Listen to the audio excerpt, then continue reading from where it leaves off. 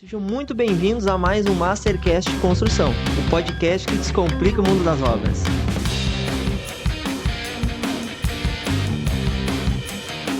E hoje estamos aqui na primeira temporada especial, diretamente do 30º CBank em Porto Alegre. Profissionais que trabalham, com o sistema, e aí incluo engenheiros, arquitetos. Tudo são fases, tudo são processos, tudo são etapas. Desde inteligência artificial, de patologia. Porque a engenharia civil é muito ampla, né? Fui conhecendo várias pesquisas nesse último ano e... A galera jovem não quer mais entrar na área da construção civil. Então, pessoal, vamos aí. Fala, pessoal, sejam muito bem-vindos a mais um Mastercast de Construção, o podcast que descomplica o mundo das obras. Muito prazer, eu sou o Felipe Nunes e nós estamos na primeira temporada especial de podcasts, diretamente do 30º CBank aqui em Porto Alegre. E agora eu recebo para a gente falar de um assunto muito importante, Walter Sarmento e João Vivian, que são engenheiros civis, e vão falar um pouquinho sobre a Carta de Porto Alegre. Seja muito bem-vindo, João, muito bem-vindo, Walter.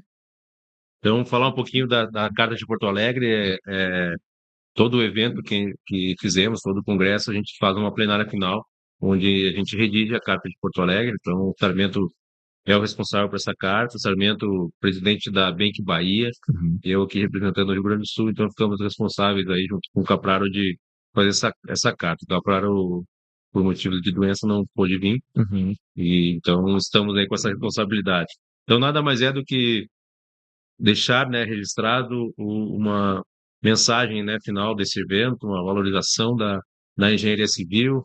Então, fechar aí com chave de ouro esse evento tão importante para a categoria, que reuniu as principais lideranças da engenharia civil no Brasil, fortalecer a imagem da Associação Brasileira dos Engenheiros Civis, que é a única entidade que milita pela profissão do engenheiro civil, não pela engenharia civil, mas sim pelo profissional engenheiro civil. Então, passo aí para o Sarmento fazer seus comentários, a história um pouco da engenharia civil aí, que é o especialista.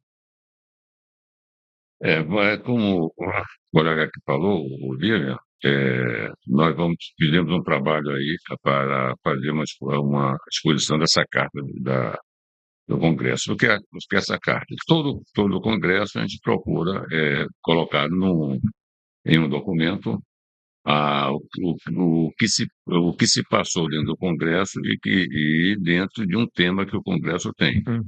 Então, a gente tem que trabalhar para deixar registrado que o objetivo do Congresso foi alcançado dentro do tema que ele se propôs, e para isso discorremos um pouco sobre a, a engenharia civil, o desenvolvimento da engenharia civil e justificar a finalização em cima das propostas e contando um pouco da história que no caso aqui nós estamos falando sobre o futuro da engenharia civil. A gente tem que contar um pouquinho da história da engenharia civil para poder justificar, conversando sobre o presente, enxergar o futuro e procurar discutir como garantir um futuro adequado para a sociedade através da atuação da engenharia. Sim, a gente percebe aí que o Congresso ele vem para somar realmente, com principalmente muitas palestras importantes, muito conteúdo importante e muita tecnologia e muitas coisas novas que a gente vem trazendo, né? E a gente realmente fazer todo esse resumo aí para poder continuar com essa luta, né? Isso é muito importante, né, Walter? Correto, correto. E o importante dessa carta, eu repito, é deixar registrado Sim. O transcorrer do Congresso e finalizando com o cumprimento da missão. E de forma sempre com sucesso. Tem sido em todos os congressos assim.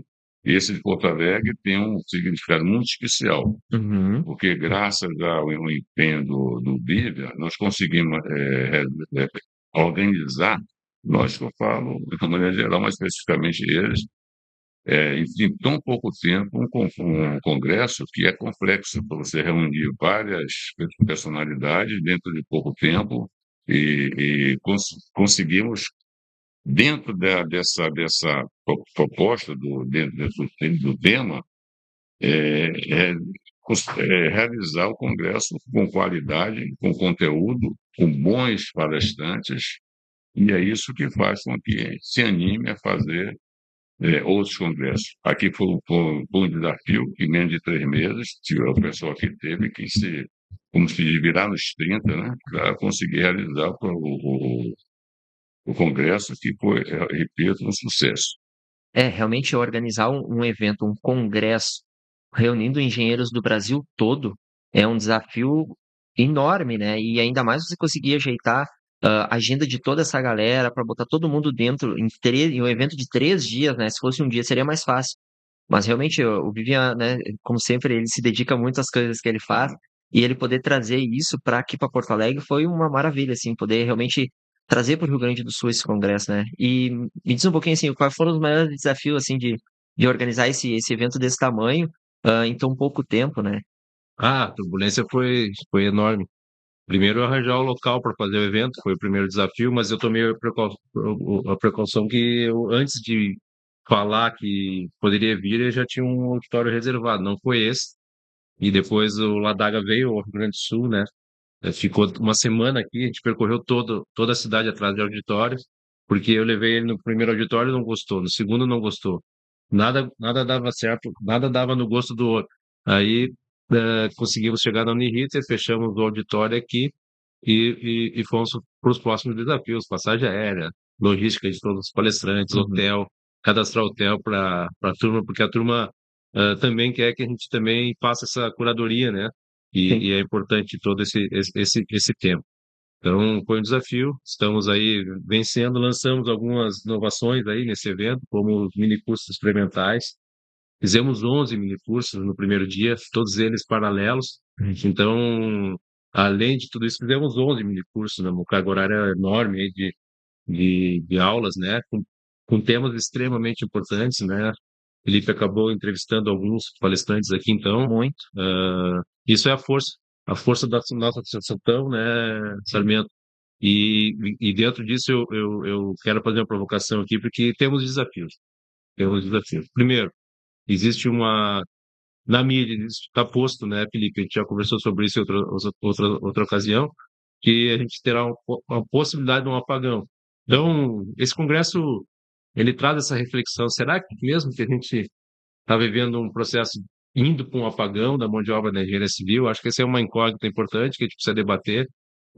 Posto isso, alguns números indicam que existe um estoque de engenheiros civis que não estão registrados no sistema. Então, quando se faz esta análise, olha os números do sistema, mas parece que o problema é outro. Né? Não é a falta de engenheiro, é a falta de valorização dessa profissão tão importante para o país e também a questão da remuneração desses profissionais. Então, daqui a pouco, se tivermos vagas pagando bem, esses profissionais que possivelmente estão em outras áreas voltarão para a labuta na engenharia civil e a gente tem um novo cenário. Então, é possível que a gente tenha um estoque aí de um bom número de engenheiros. Se a gente pensar que temos aí 470, 480 mil engenheiros no Brasil, engenheiros civis no Brasil, se a gente tiver 50% disso, a gente está falando de 240 mil engenheiros civis no país, que seria um estoque de emergência, digamos assim, se nós tivermos uma grande valorização da engenharia, e a gente pode talvez ir para um cenário que há pouco tempo a gente falava que ia ter um apagão e tal, daqui a pouco, numa questão de valorização, a gente recupera essa turma e vai para enfrentar grandes investimentos em infraestrutura do país. E é muito coerente isso que tu traz, João, porque realmente eu conheço muitos engenheiros formados, pós-graduados, que não trabalham na área de engenharia justamente por não verem uma valorização ainda aceitável. Então trabalham em outras áreas mais imediatistas, que têm uma renda melhor, mas amam a engenharia. Então, se a gente conseguir vencer essas barreiras de realmente ter mais valorização de mercado e realmente ter mais necessidade, eu acredito que esses engenheiros que estão adormecidos, ótimos profissionais adormecidos que estão fora do mercado, retornando, com certeza a gente vai conseguir suprir essa demanda, né? Exatamente. Então, essa é uma discussão, ela é constante. Eu também faço parte do CEND, a gente tem feito esta provocação em várias esferas. Eu sei que a Universidade Estadual, a Universidade Federal do Rio Grande do Sul, estavam com um grupo junto com o Sindicato Nacional das Empresas de Consultoria, né? E estão avaliando o que está acontecendo em nível de Brasil com a formação de engenharia, não só da engenharia civil, mas da engenharia como um todo, em todas as esferas. Está entrando menos pessoas na graduação e a evasão está enorme, então está entrando menos, está saindo menos, porque a evasão é na faixa de 50%, então a cada 100 que entra sai 50, e esses 50 não se registram. Também tem uma queda de registro, então nesses 50 que se forma, vamos pensar que 40%, 50% se registra no conselho. Então, temos um grupo de profissionais que não estão atuando na engenharia como profissionais legalmente habilitados. Mas existem práticas de mercado também, Sim. que contrata, Felipe, estou te contratando aqui, mas não faço registro no CREF, justamente para burlar a legislação, para burlar a questão do piso salarial e com isso mascarar aí que não são engenheiros, etc., mas a gente tem que olhar sempre o exercício da profissão. Sim, começou a se generalizar e dar nome, né? Assistente técnico, né? Assessor técnico, e aí se criou funções para engenheiros e você desempenha o serviço, faz o trabalho de engenheiro, você, né, precisa usar o conhecimento de uma graduação de engenheiro, só você não é contratado e não é devidamente registrado como engenheiro civil, né? Então a Exatamente. gente tem esse déficit muito importante. E com isso vem essa linha de pensamento que falta engenheiro, e daqui a pouco a gente começa a perceber que daqui a pouco pode ser até proposital, numa linha política, digamos assim, para abrir mercado para estrangeiros, né? Então a gente tem que ter esse cuidado, né? E a gente tem observado isso, e hoje fizemos uma reunião da diretoria da Bank Nacional, montamos um grupo de trabalho para trabalhar a pauta já num processo muito rápido, porque ela está tramitando no Congresso Nacional, que é a lei, o projeto de lei 1024 de 2020, né, que já prevê também, de certa forma, alguma abertura de mercado aí para profissionais estrangeiros, né, Samir? Um outro produto importante desse congresso é a possibilidade de reunir liderança do país inteiro dentro da área de vida civil, que permite, inclusive, presencialmente, abordarmos esse assunto que ele levantou aí. Tem um projeto de lei que tem a pretensão de fazer uma atualização na legislação atual e com a singularidade. Os principais interessados na atualização da legislação são os profissionais, que não estão tendo a oportunidade de se manifestarem. Então, esse congresso também está propiciando uma troca de ideias para definir como agirmos para que também sejamos ouvidos nesses debates. Porque quem está ocupando os espaços, digamos assim, são pessoas do próprio sistema, da parte burocrática do sistema, que não são exatamente os interesses, podem não ser os interesses profissionais, por mais bem intencionados que eles possam estar sendo, mas não está sendo, não está sendo na origem das situações discutidas com os profissionais, eles que sentem o drama do mercado, eles que sentem o drama das próprias formações das escolas, e não estão sendo ouvidos nesse momento. Então, nós estamos aqui tendo essa oportunidade de nos reunirmos para tratar desse assunto, que é muito importante. E quando eu digo que é importante para a profissão, é importante para a sociedade. Sim. Porque o profissional de engenharia civil, inclusive pela sua história e pela sua legislação, ele é regulado pela legislação para que preste um bom serviço. Porque a intenção da legislação não é proteger o engenheiro civil, é proteger a sociedade. Sim. Protegendo a sociedade, para proteger a sociedade, tem que garantir que os engenheiros civis sejam bem formados, trabalhem com dedicação e com responsabilidade. Essa discussão é que nós precisamos levar junto ao setor político, ao Congresso, onde se debate o projeto de lei, e, como eu repito, esse é um dos produtos também importantes do Congresso, é nos permitir essa troca de ideias para que hajamos de uma forma organizada. João, só traz o contexto do texto do PL 1024 para nós, só para a gente poder fazer um contexto com o pessoal de casa. Sim, é uma alteração da Lei 5194 de 66, que é a lei que regula a profissão de engenheiros e agrônomos, né? Uhum. Então, essa lei é uma lei de 66 e estão, né, dentro de uma linha. Começou lá no governo Bolsonaro, com o ministro Paulo Guedes, onde ele faz essa primeira ameaça aí de uma abertura de fronteiras, né, para profissionais estrangeiros. Esse era o mote, né, da origem do PL. E com isso começou uma movimentação do Conselho, Aham. né? Sim, Se vai alterar, vamos alterar mais coisas. sim. E alguns temas importantes estão sendo alterados que, no ponto de vista das entidades de classe, principalmente, e também dos sindicatos, estão falando assim, pô, mas não faz sentido alterar este ponto. Algumas entidades estão levantando inconstitucionalidades, inclusive, não é isso, Armando? Inconstitucionalidades, Exatamente. Né? porque está trazendo algumas coisas que alguns jabutis aí para dentro desse projeto. Então, precisa ter uma cautela e uma discussão que não sabemos se vai ficar no Congresso ou se vão ter que fazer essa discussão junto ao Senado para tentar aí fazer alguma emenda parlamentar para tentar aí corrigir o rumo toda essa tramitação legislativa. E essas movimentações, elas agora conseguindo reunir e conversar com todos, assim, dentro do Congresso, consegue-se ter mais força e mais alinhamento também para que se consiga chegar lá com mais força também, né? Com todas as entidades de classe, né? E a partir do momento que você se reúne com todos, a gente tem muito mais força para conseguir chegar realmente e ser ouvido, né? Que foi o que nós estávamos falando, né? O coletivo ele tem muito mais força e muito mais voz quando a gente vai individualmente, né? Tem a menor dúvida. E o principal aí é que esses encontros nos permite agir de uma maneira articulada, Sim. né? Cada um falando por si, cada um falando do que mais interessa, tem que ser uma mensagem única. Uhum. Então, todos contribuem com as interpretações que têm, das necessidades que precisam ser atendidas, e isso é uma mensagem única, de forma uniforme. E aí todos estão comprometidos, ficam comprometidos. Não é cada um defendendo seu interesse, é o interesse do coletivo. Esse aí que é o interesse mais forte, é esse. A gente tem que convencer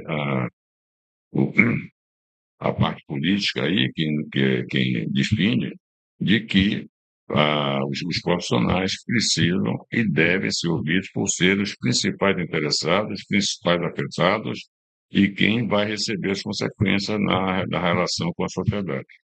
E a gente tem mais alguma mudança importante aí para 2026, já que já anunciaram alguma coisa? Em termos de legislação, tem uma legislação que ela é bastante importante no ponto de vista da engenharia civil, que tramitou, né, na CCJ, se eu não me engano, a questão da obrigatoriedade de inspeções prediais em nível federal, né? Uhum. Então, isso vai ser também importante, né, principalmente no olhar não do interesse corporativo da engenharia civil, mas sim no olhar de manter essas edificações mais seguras para os usuários, né? Eu acho que esse é o ponto, não só uma abertura de mercado profissional para todos os Sim. engenheiros civis, mas sim levar, né, que essas edificações estejam mais seguras no dia a dia da sociedade. Sim, como um todo. a segurança para as pessoas é o que é mais importante, que é o que vem sendo debatido também na segurança contra incêndio e demais. Tudo, porque toda edificação, toda construção de maneira geral, ela precisa, para cumprir o objetivo dela, precisa ter uma garantia de durabilidade, de qualidade, para bem cumprir a função. Uhum. E tem a questão de segurança também, que tem que ser levada em consideração. E se não se tornar, digamos, não se tornar criterioso esse procedimento de manutenção, imagine os riscos que ocorrem, incêndio que não deveria ocorrer, desmoronamento que não deveria ocorrer, até a própria questão do urbanismo, que também cabe ao setor público da manutenção. Porto Alegre, dentro disso, recentemente teve aquele desastre, poderia ser minorado se as obras digamos assim, que caberia ao setor público da manutenção, como barragem, comportas, poderia ter minorado aquela situação e os prejuízos seriam bem menores do que foram.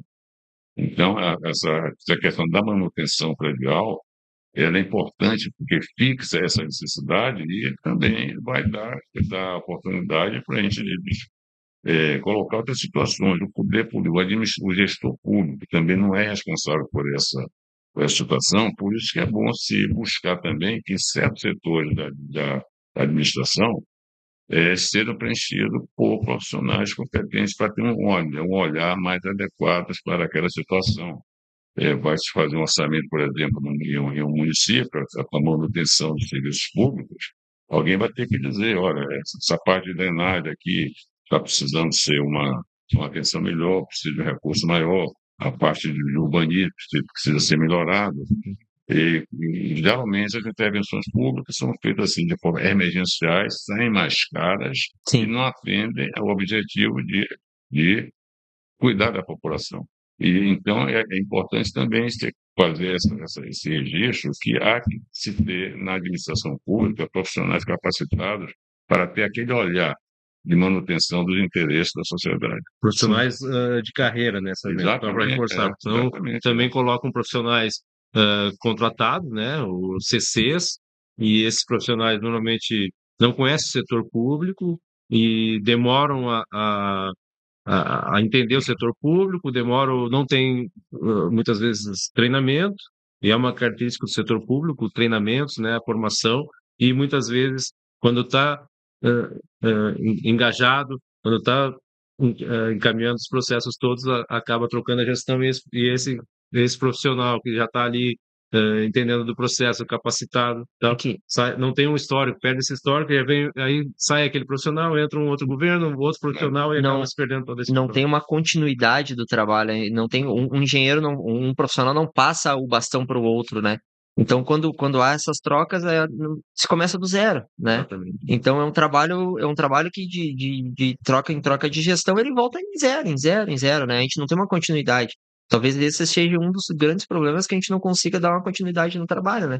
Às vezes são trabalhos que estão sendo bem feitos, mas por questões maiores, eles acabam sendo cancelados e aí retorna, vem tudo de novo. É uma questão que a gente precisa abrir, ter um olhar bem ampliado sobre isso. É natural que na administração pública você tenha uma gestão política, que alguns assessores técnicos tiram da confiança do gestor público do momento, mas isso não tem nada a ver com uma estrutura permanente técnica, em que se supra os governantes de cada momento das ações necessárias que precisam ser tomadas. Isso só quem tem um domínio dessas informações é um quadro permanente e que tenha, digamos assim, uma denominação e remuneração correta com relação à atividade de cada um. Porque é comum no serviço público se contratar um engenheiro e dar um título genérico de analista. E isso impacta na remuneração dele, impacta no interesse de ingressar no serviço público. Aí, profissionais capacitados, experientes, dificilmente vão procurar o serviço público, a não ser em cargo comissionado, onde a remuneração é maior, porque o Estado, de uma maneira geral, o Estado que eu falo em todos os níveis de governo, em todas as esferas de poder também, não tem um quadro efetivo, até para se recepcionar um projeto, não tem nem sempre o pessoal adequado para saber escolher um projeto, para tomar uma decisão, para dar o apoio ao gestor naquele momento. Se não tiver um quadro permanente, com profissionais de carreira, com a remuneração adequada, nós vamos estar, digamos assim, aplicando mal os recursos públicos na manutenção dos equipamentos urbanos, do equipamento público de uma maneira geral. Sim. Aplicando mal recursos, quer dizer, se gastando mais do que se deve e não cumprindo a finalidade que é dar segurança à população. Não tem efetividade no trabalho, né? Correto. A gente pode fazer um paralelo e tem uma linha de defesa, né, de algumas entidades também para criar a carreira, né, de engenheiro de Estado. Engenheiro de Estado, como se fosse um procurador, uma procuradoria, uma defensoria. Então existe essa defesa também, esse projeto tramita há muitos anos no Congresso e não avança, mas é por aí, Felipe. A nossa linha de defesa da entidade é por aí. E carreira de Estado, só para completar, foi muito bem lembrado por ele, muita gente pensa que é apenas que vai garantir uma boa remuneração. Mas a carreira de Estado dá segurança para que o profissional de engenharia tome decisões sem estar preocupado com algum tipo de retaliação política. Ele vai ter uma segurança jurídica Sim, para bem cumprir a função dele. vai ter segurança para poder realmente efetuar o trabalho de Exatamente. engenheiro, né? Exatamente. Não vai ficar submetido a algum mal entendido, mal Uhum. entendimento de gestores que não conhecem a fundo o problema e Claro. acham que pode ser aquele um capricho daquele técnico, aquele que é muito exigente demais, prefere a ouvir um assessor que está ali provisoriamente, sem comprometimento nenhum, a não ser com os interesses pessoais dele. Sim, Então, a carreira de Estado aí, foi muito bem lembrado por Vitor, ou por Vivian, é importante para a população. É bom para a profissão, claro que é, mas é mais importante para a sociedade de maneira geral, que vai estar bem assistida por profissionais preparados para a função e que uma função e um serviço que serão continuados, não vão ser interrompidos a cada administração que se muda. muito bom, muito bom. Quero agradecer, João, Walter, né? Dar os parabéns a vocês por terem escolhido ser engenheiros, né? Por terem escolhido estar contribuindo, né? Para a sociedade, para as pessoas, né? E também por estarem participando, né? Se dedicando a todo esse congresso, né? Aos minicursos, né? A tudo que vocês têm feito realmente de interesse dos engenheiros, né? A gente sabe que a gente sempre se doa, né? E o que vocês fazem realmente é propósito, é do coração de cada um, né? Falei com o Ladaga há pouco agora e realmente cada um tá no seu propósito, né? O universo ele é maravilhoso e ele põe as pessoas certas no lugar certo. Então, parabéns por terem escolhido a engenharia, parabéns por estarem fazendo diferença na vida das pessoas, né? Agradecer pela oportunidade de estar aqui também com vocês. Se quiser deixar uma mensagem, João. Não, eu agradecer aqui o público, o Felipe, né, que a gente vem construindo esse podcast, né, há vários dias aí, e o Felipe topou esse desafio, né, o pessoal do estúdio também, né, insistimos e consolidamos esse podcast na primeira edição, primeira temporada aqui, especial do Sebenc, né, vai ser um desafio manter, tá, Sarmento, que vai ser esse desafio de manter, então vai a responsabilidade para o outro estado, que vai sediar o próximo Sebenc, e a gente pretende aqui já largar uma outra temporada da Bank, então vamos construir aí para o segundo semestre de 2023. Então, com isso, eu agradeço aí o Felipe e todo o pessoal do estúdio aí, que foram maravilhosos aí no atendimento ao nosso pessoal aí. Queria fazer um agradecimento também. Engenharia é importante, comunicação também é importante. E o trabalho de divulgação de vocês, com certeza, vai contribuir muito para que a gente consiga alcançar esse objetivo. Eu, pessoalmente, agradeço bastante em meu nome e em nome dos colegas o trabalho de vocês. E eu agradeço, gratidão do fundo do coração. Esse foi o nosso propósito desde o início, desde o primeiro dia que eu decidi tomar essa atitude de criar um podcast, que é realmente dar voz à engenharia, à boa engenharia, aos bons profissionais, né? E que a gente consiga levar essa mensagem adiante ao pessoal que está do outro lado da telinha, né? A gente conseguir romper as barreiras geográficas, né? De quem, por exemplo, não pôde estar aqui, né? E não pôde participar, mas que ele possa assistir, ele possa, né? Desperte a curiosidade dele e que ele vá a fundo, que ele estude, né? Que a gente consiga plantar essa sementinha lá no coração de cada engenheiro que está do outro lado da linha, que não teve tempo por N problemas ou fatores, e que eles possam realmente serem provocados a virem a buscar o conhecimento e aí virem a crescer e a gerar também mais conhecimento, né? Eu sempre digo que quem perdeu é quem não veio. E é isso aí, exatamente. Então tá, meu, muito obrigado e Nós te agradecemos.